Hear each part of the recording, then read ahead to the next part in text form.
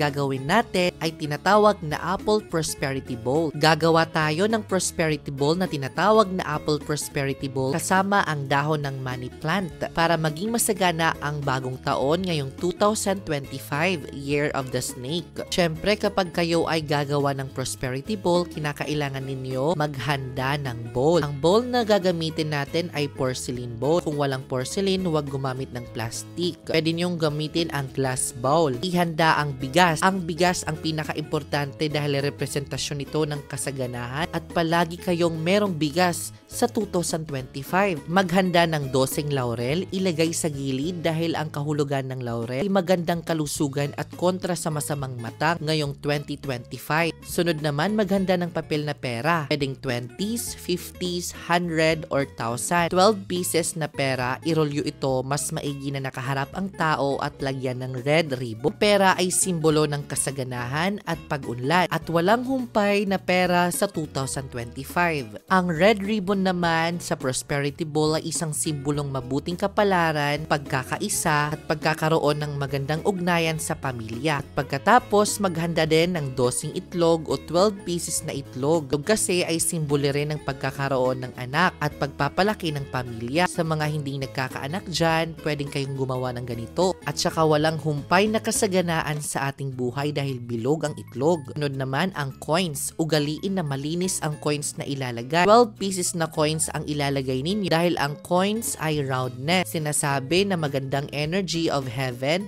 ang represent ng coin ngayong 2025. Sunod naman ang 12 gold coins. Gold coins Prosperity Bowl ay isang simbolong kasaganahan at pag-unlad. Dahil dito kapag meron daw kayong gold coin, mabilis ang pasok ng pera lalo na kapag meron kayong negosyo. Sa gitna ay maglagay ng apple o mansanas sa Tagalog. Ang mansanas o apple ay nangangahulugan na hindi kayo magugutom ngayong 2025. Huwag kakalimutan ang money plant na ilagay sa ampaw at ilagay nyo ito kahit saan. Ayan, nakagawa na tayo ng Prosperity Bowl gamit ang Apple Prosperity Bowl ngayong 2025. Yan mga ka-jungle. Isang halaman lamang ang napakaswerte sa gilid ng pintuan ng inyong main door or sa harapan ng inyong puntahanan.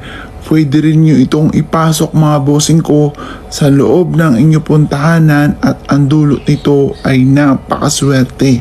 Hahakot po ito ng swerte at tagumpay lalo na sa darating na 2025 Year of the Snake Wood mga bossing. Kayo po ay maghanap sa halamanan ng golden palm or golden puno mga bossing. Yan yung nyug na golden. Yan po ay napakaswerte. Kasaganahan ng dulot, katatagan ng tagumpay, mabilis na pasok ng swerte lalo na sa pera.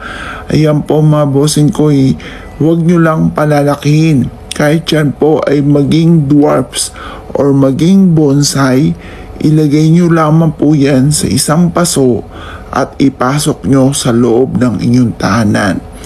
Huwag nyo lalagyan ng kung ano-ano sa yung mga bato. Huwag nyo lalagyan ng bato, yung pinakalupa.